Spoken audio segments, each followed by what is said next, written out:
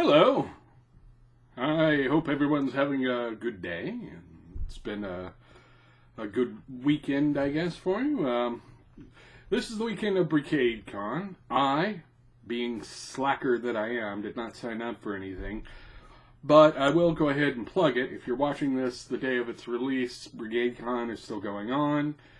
And there are a lot of videos going up this weekend of people playing games, and it's all, for free, so you can watch those videos all you want. But at the Brigadecon website, which I believe is brigadecon.com, but I will post a link in the show notes, you can actually go and contribute to Child's Play, which, good charity, provides games for kids when they're sick,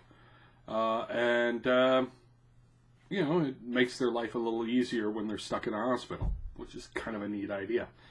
So I'm going to recommend that you go check them out and check out that fundraising effort and see, if you can contribute a little, every little bit helps. That out of the way, the reason I'm making the video today is last night I saw a bit of news that made me super excited, and realized this would be a good venue to talk about it. There is a company called IDW. They publish comics. Quite often they publish sort of licensed comics, Transformers, Ghostbusters, G.I. Joe, licensed products, tied to the license of a character created for something else, like in those cases, like toys or a movie. And they recently apparently got the license to make two new series from classic comic runs, Micronauts and Rom the Spaceknight. Now, both of these are based on toy lines that didn't do all that well. The toy lines just didn't take off that much. But the comics were actually far more famous in their own way. They have a whole cult following. In particular, I'm going to talk about Rom because I was more of a Rom fan than I was a Micronauts fan. I still liked Micronauts, don't get me wrong. But the Rom comic series I always really loved when I was growing up, and I've got a good portion of the run in issues. Rom the Spaceknight also makes a good basis for a sort of superhero level space game. So there is that. The core of the character is this guy, Rom, is from a planet called Galador. And when Galador is under threat by these shape-changing aliens that use dark sorcery and strange powers, they call for volunteers. And he's the first volunteer to become a cyborg. Now, the notion is that all his organic bits are going to be saved somewhere so that when he is no longer needed, he can become human again, or humanoid anyway. He's Galadoran, so. He gets his body. It looks like a robot, and he got given some weapons. The neutralizer, which would send dire wraiths into an altered dimension and just banish them. It was pretty cool. There was the analyzer, which would analyze things and see what they truly were and all that. And a universal translator, which was kind of cool.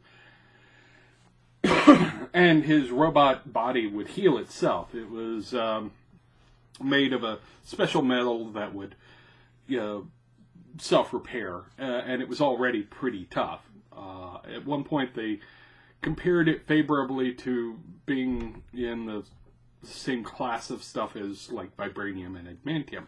Although they did show it get broken a couple of times, it wasn't often. And when it did, it healed. So that makes it a pretty tough material. Anyways, after he did this, 1,000 other volunteers stepped up, and they all became the Space Knights of Galador. Now, the Galador and Space Knights went out and were trying to eliminate the dire wraiths, and they ended up in the spaceways hunting them down. Rom shows up on Earth and, begins looking for these shape-changing aliens living amongst us here on Earth. Now, in the original comic, this happened inside the Marvel Universe. Marvel, at the time, was very big on incorporating their licensed comics into their overall comic world. So, Rom runs into, Iron Fist and Power Man, and, runs into the X-Men and various other characters, and they become sort of integrally tied to his storyline. That became kind of a problem later, but I'll get into that. Anyways, ran for far longer than the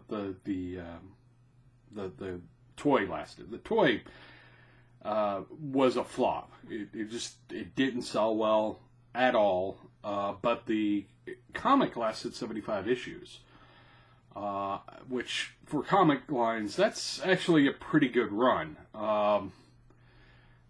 And it like I said, it's tremendously popular in certain sort of cult following sectors.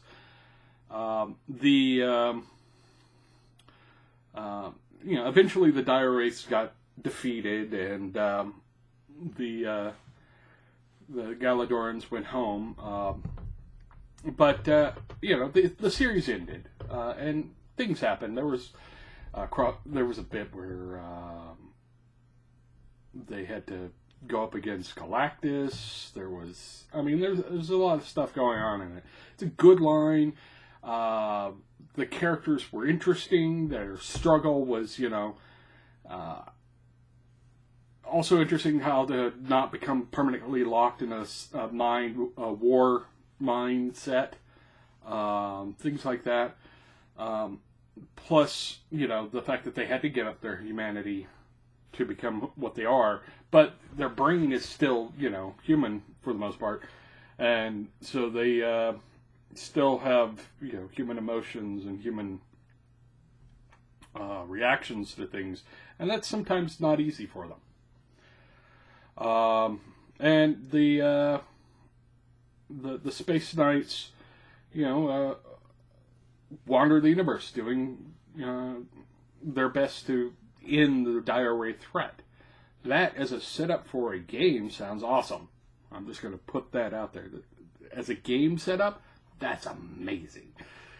You're all knights flying through the spaceways with cool, unique abilities, because each of the Space Knights had their own sort of power.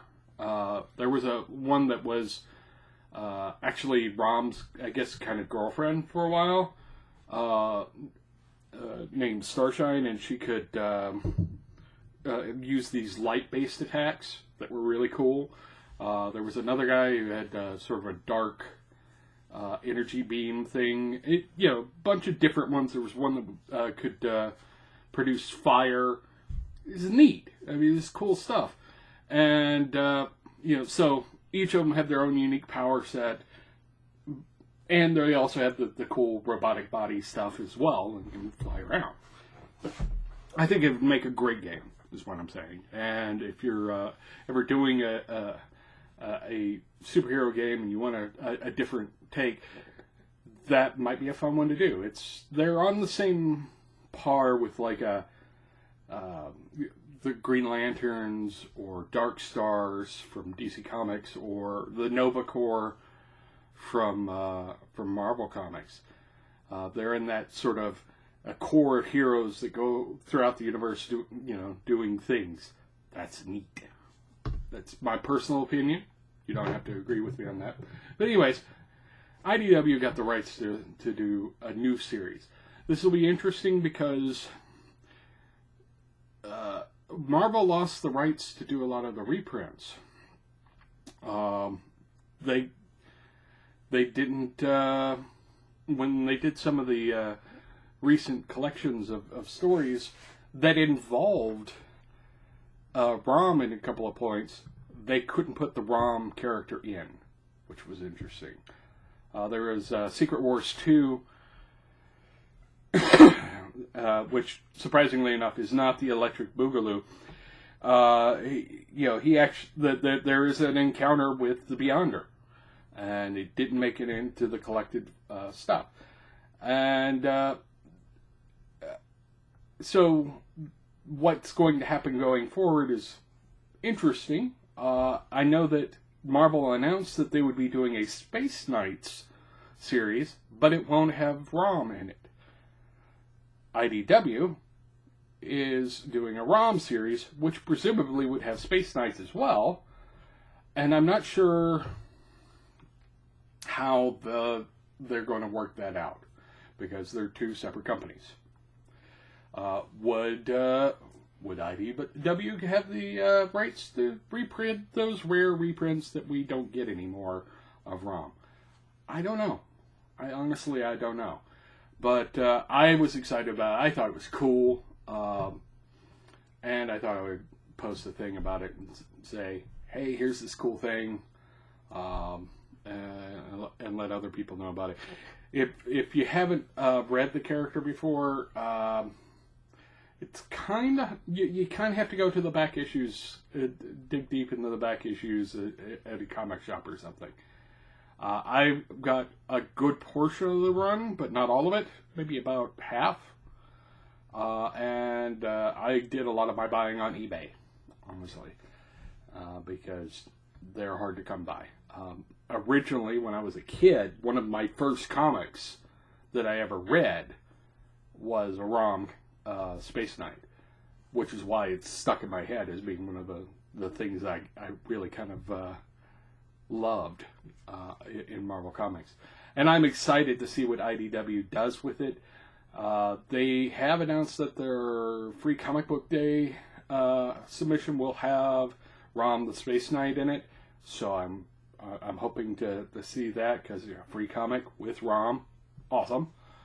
And we'll see. But anyway, I'll leave it at that. And as to the Micronauts, they are doing that one as well.